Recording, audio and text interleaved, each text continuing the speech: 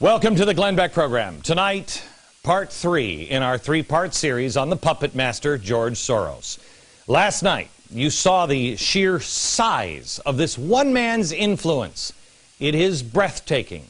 He has brought entire regimes and currencies down to the ground in flames. If you don't understand where America is heading, you will after tonight. And if you think it doesn't matter, well, this is the wrong show for you. I want you to know and remember this.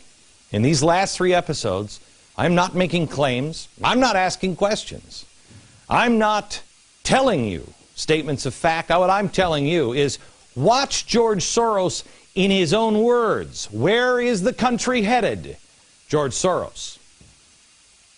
The question is whether we need, and whether Mr. Soros and his foundations can help to bring more foreign influence into the United States instead of relying on what is essentially a balance between Democrats and conservative Republicans. I think you put your finger on a very important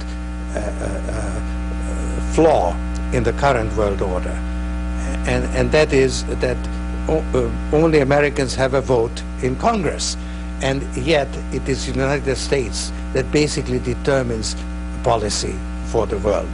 That is a flaw in the current setup. It's a problem for him that people in China or France don't get to vote. Find out who sits in Congress. Is it for you? You need to make a choice. Mr. Soros has made his choice.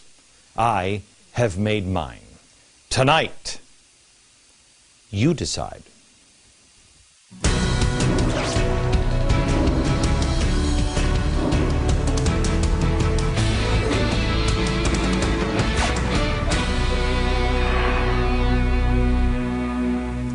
Hello, America, and happy Veterans Day.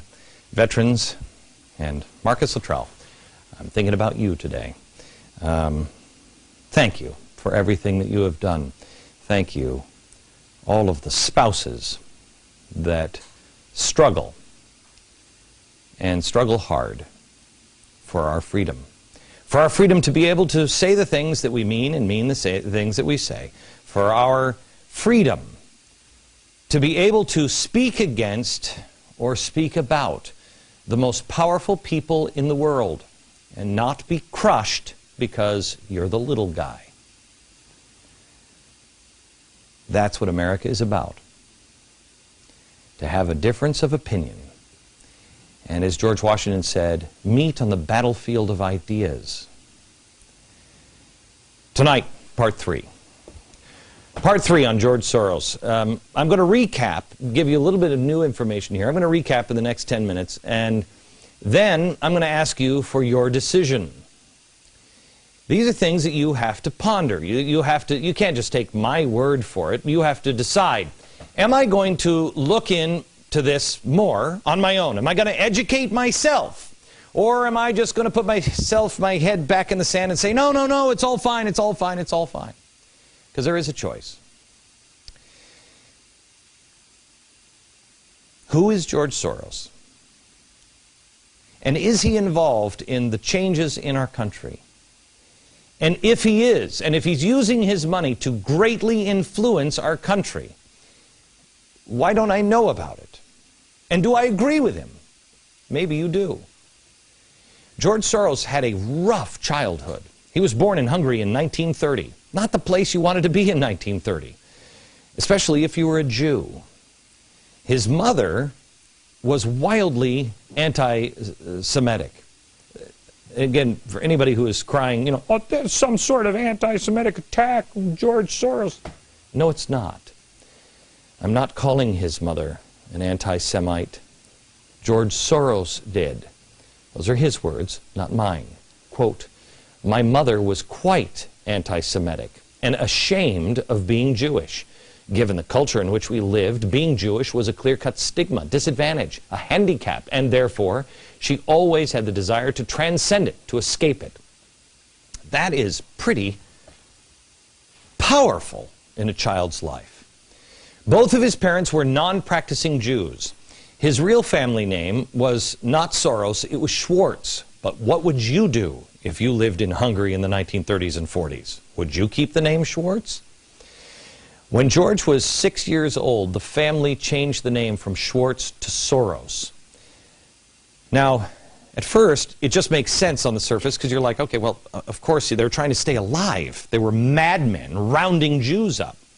But when you look at the name Soros, it's an obscure name. What does it mean? Where did it come from? Well, it means to soar.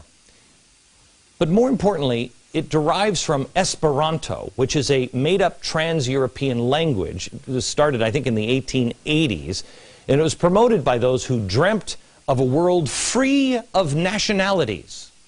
Get it? A world free of nationalities, an open society. His father was very much into this. That's how they picked the name Soros.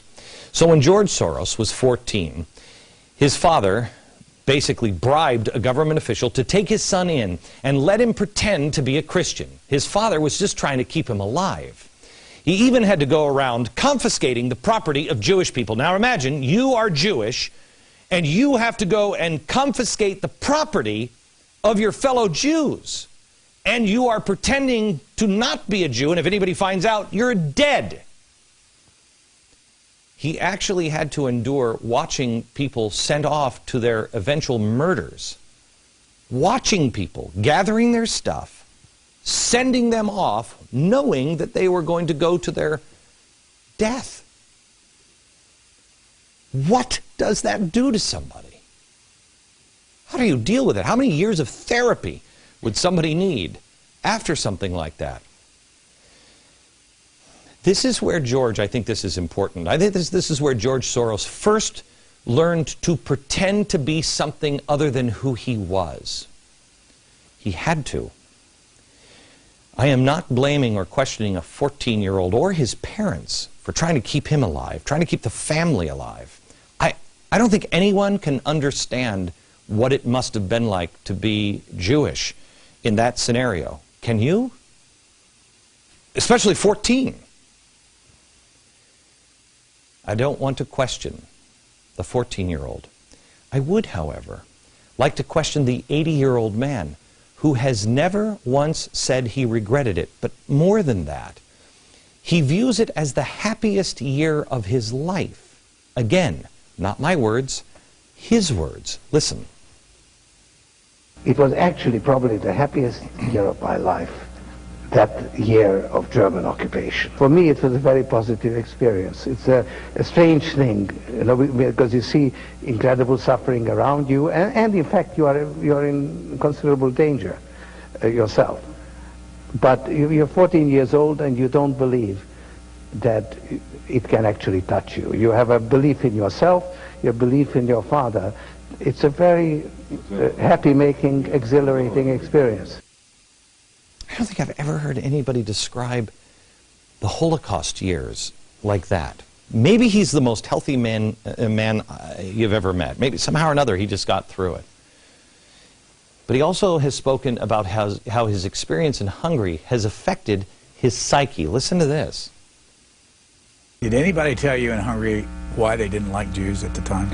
Oh yes, and that of course is something, again, very, very much a part of my psyche, anti-Semitism and you know, hatred of Jews, which was quite widespread within Hungary. Even to his own home. I mean, I would love to spend an hour. He's not going to come on in this program and spend an hour with me, and we'd have bigger fish to fry on this, but I would love to understand how it affected his psyche, having his mother basically agree, apparently, I don't mean to judge, with the Germans on hatred of Jews, being anti-Semitic in his own home. How has he navigated that? I'm not going to spend the time. I have invited George Soros to come on this program. He has declined. We have bigger fish to fry. Like, how does he view the world?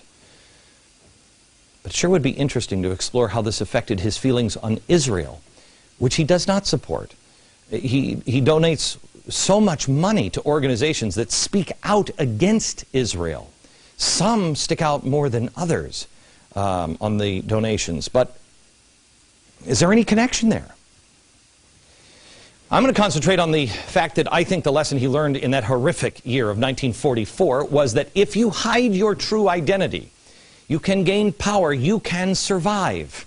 And those who are seen as disadvantaged or handicapped and don't hide their identity, well, they don't survive. The next formative step in Soros's life was college. Now, this is where he attended the London School of Economics. Now, this is the same school that Hayek was from. He wrote Road to Serfdom. This is freedom fighter. But it's also the school where the Fabian Socialists hung out. A Fabian Socialist University, you remember. The Fabian window we told you about. This is the famous English Fabian Society. We took this picture, actually. Tony Blair was standing right here with it. Fabian Socialists, what are they doing? They're heating the world up in the fire that they themselves are stoking. Why are they heating it up? Because they're about to hammer it and remold it nearer to the heart's desire. Fabian Socialists are the American progressives. It's the same thing. Heat the world up, cause the problems, so the world heats up so you can remold it. So, which part of the London School of Economics does Soros favor? The Hayek side or the Fabian side? Which one? This is where he learned about an open society. The Open Society Institute, which is now his charitable arm. Sounds harmless on the outside, but, really, who doesn't want to be open? But when you listen to him at the top of the hour in the beginning of the program, we played that. Notice that logo behind him? That was his Open Society Institute. Can your institute bring in more foreign influence here in America? What is an open society, really? Well, you saw it a moment ago. The world has a vote in Congress, but you also saw it in his father, Soros, a world free of nationalities. It is a global replacement for our republic. For all the work our founders did, that's old news. We must progress past it. We must have a new world order. It is a replacement for the republic. He has donated more than $14 million to a group here in America called the American Constitution Society. Well, that sounds great. Except this is a progressive legal group with an area of focus on constitutional interpretation and change. The Constitution can be changed, but you do it not in the shadows. You do it not being invisible. You don't hide who you are. You change it through the amendment process. But he knows you wouldn't go for it. So, he leaves school, leaves Hungary, he survives. He goes to school. He finds open society. And then he becomes wealthy. Now, how did he become wealthy enough to fund his quest to denationalize the world? Hedge funds. He has the estimated 5th largest hedge fund in the world. It's called the Quantum Fund, which, George, sometime we should kibitz about the name. It's worth about $27 billion. Now, here's the interesting and funny thing about hedge funds. We hear all the time about the greedy Wall Street brokers. We hear about greedy speculators, greedy bankers. We hear about greedy executives and their obscene bonuses and their expensive carpets and everything else. But why don't we hear more about those greedy hedge fund managers? Is it a coincidence that everything under the sun when it comes to capitalism is targeted for regulation by Congress, except for hedge funds? You should decide on that one. Now, he's got the wealth. Well, what did he do with the wealth? He decided to collapse regimes and currencies. He did it in England, in Russia, Malaysia, Georgia. Soros lit the fuse to get it done. He's known as, we told you last night, the man who broke the Bank of England. The Prime Minister of Malaysia called Soros unscrupulous profiteer. In Thailand, he was branded an economic war criminal who sucks the blood from people. In 1994, he stated, I just write that the former Soviet Empire is now called the Soros Empire. He started getting so much recognition, it fed into his ego. His ego started to grow. He started to get a God complex. Again, not my words, his words.